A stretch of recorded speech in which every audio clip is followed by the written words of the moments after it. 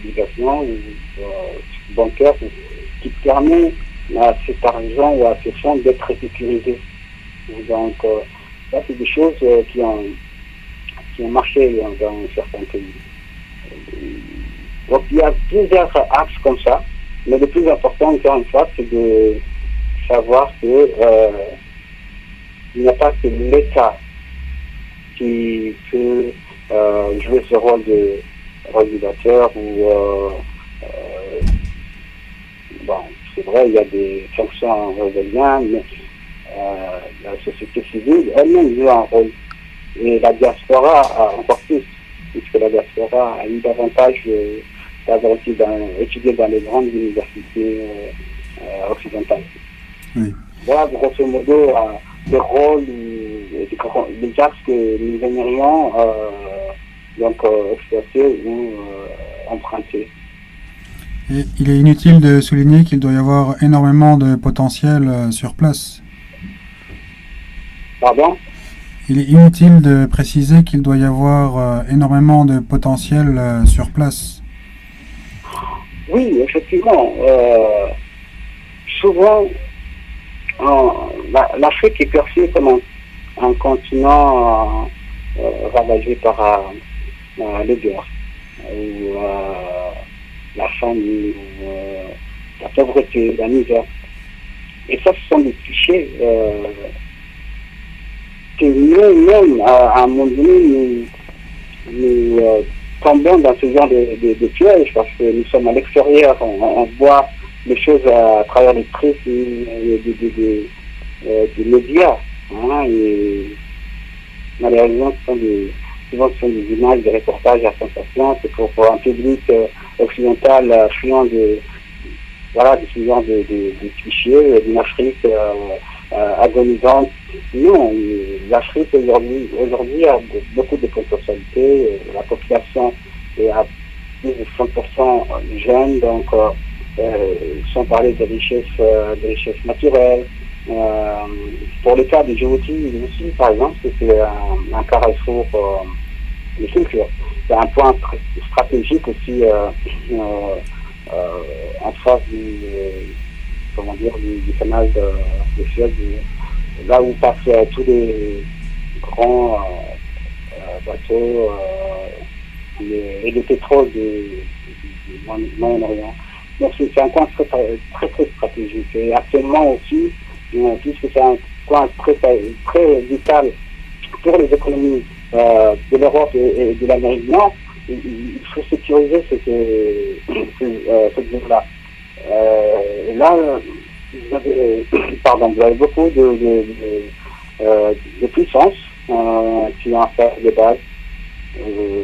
Cela permet à notre pays d'avoir une stabilité, mais en même temps, il faut savoir que cette stabilité peut rassurer les investisseurs. Et ce qui s'est passé dans les papiers, c'est-à-dire que c'est grâce par exemple à ces bases-là, et surtout la base américaine ici à Djibouti, que les investisseurs du Golfe sont venus et ont investi de l'argent. Donc, la diaspora, c'est la même chose. C'est une personne qui vient aujourd'hui, c'est comme si elle était en face d'un marché qui est très vierge. Il y a tellement de choses. Un exemple très simple, vous ouvrez un cafétéria, ça marche. Et les petites industries de production, il en manque tellement que la diaspora peut, les membres peuvent se regrouper et investir dans la création de ces industries, dans ces petites industries de production. Et nous, en fait, ça, ce sont les axes, comme on a dit tout à l'heure, ce sont notre prérogative ou notre responsabilité. C'est à nous de sensibiliser aussi les gouvernements qui nous font un oreille attentif, une oreille attentive qui veut savoir ce qu'il nous faut pour pouvoir faculté de retour du cerveau.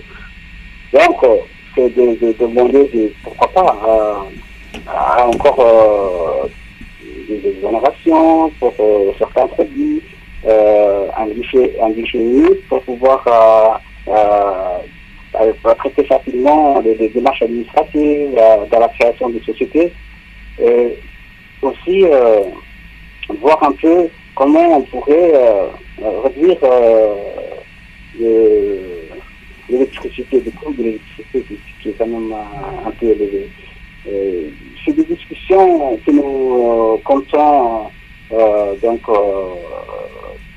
préparer, que nous comptons préparer. Un autre exemple consiste par exemple à demander une parcelle de terrain pour pouvoir construire ces petites industries de production. Ça, ce sont des facilités que le gouvernement peut apporter. Et beaucoup de pays l'ont fait. Je pense que le gouvernement égyptien a dit qu'il fallait à un moment donné aller dans ce sens-là, d'où l'idée peut-être d'avoir un numéro de la diaspora ici à Djibouti. Et concernant la diaspora djiboutienne, quel message adresseriez-vous à celle-ci? Le message pour la diaspora djiboutienne est très simple, c'est encore une fois, c'est de se dire que les potentialités sont là et que la meilleure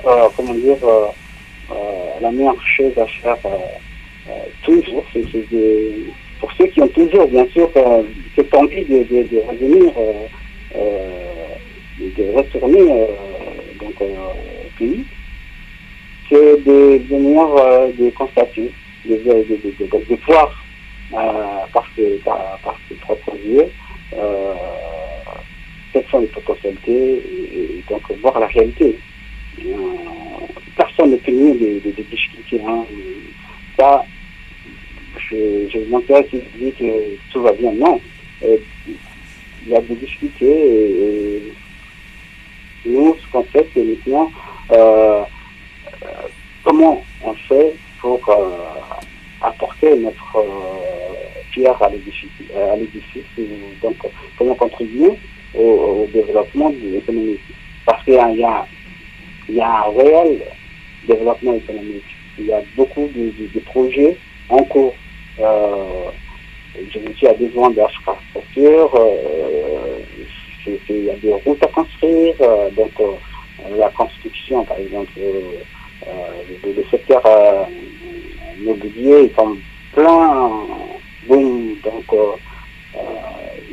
il y a beaucoup de besoins là aussi. Et venir vérifier par vous-même, ça c'est une chose. L'autre message, c'est de dire qu'aujourd'hui, il y a des options pour les gens qui sont partis pour diverses raisons, qui sont quittés leur pays. Il y a des options, c'est de ne plus être victime finalement d'une mise de retour, c'est-à-dire couper le cordon ombilical et c'est consacré entièrement à la vie là-bas. Mais avoir un pied là-bas et un pied ici, non, c'est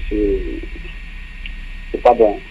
Donc, de revenir en fait à avantage de refaire une vie, de contribuer, encore une fois, comme je l'ai dit tantôt, de contribuer au développement économique et d'apporter une qualité, une vision canadienne, une vision belge, une vision anglaise, etc. Encore. Et ça qui va permettre aussi aux mentalités d'évoluer. Ça, c'est un autre aspect, c'est un autre volet que les gens ne voient pas. Nous, des fois, avec notre mentalité ou la façon de travailler, quand on voit qu'il y a une autre façon différente qui peut être un obstacle, par exemple, dans la réalisation d'un travail bien fait. Nous le disons, voilà, c'est pas une bonne méthode. Je peux vous donner un exemple très simple. Le fait de faire une file, par exemple, c'est-à-dire dans un guichet où vous vous présentez, le fait de se mettre en file et d'attendre que chacun attende son tour. Cela, par exemple, n'est pas un peu dans la mentalité des gens ici. Et quand on vient, on gronde un peu, on dit, mais pourtant, moi, j'étais avant toi, et les gens ne comprennent pas. Donc, c'est un exemple un peu, voilà, banal, mais c'est quand même très important. C'est de changer un peu de mentalité, de contribuer aussi indirectement à un consensus dans la façon de faire, d'apporter une expérience. Donc, il n'y a pas que l'aspect économique, il y a tellement d'autres choses, mais rester, encore une fois, positif, optimiste, et ne pas... J'ai juste un petit commentaire très simple, c'est une observation. Je disais, voilà, pour conclure un peu, je disais qu'il faut... ce n'est pas, par exemple, c'est pas en restant le gars à ne rien faire qu'on pourra changer les choses.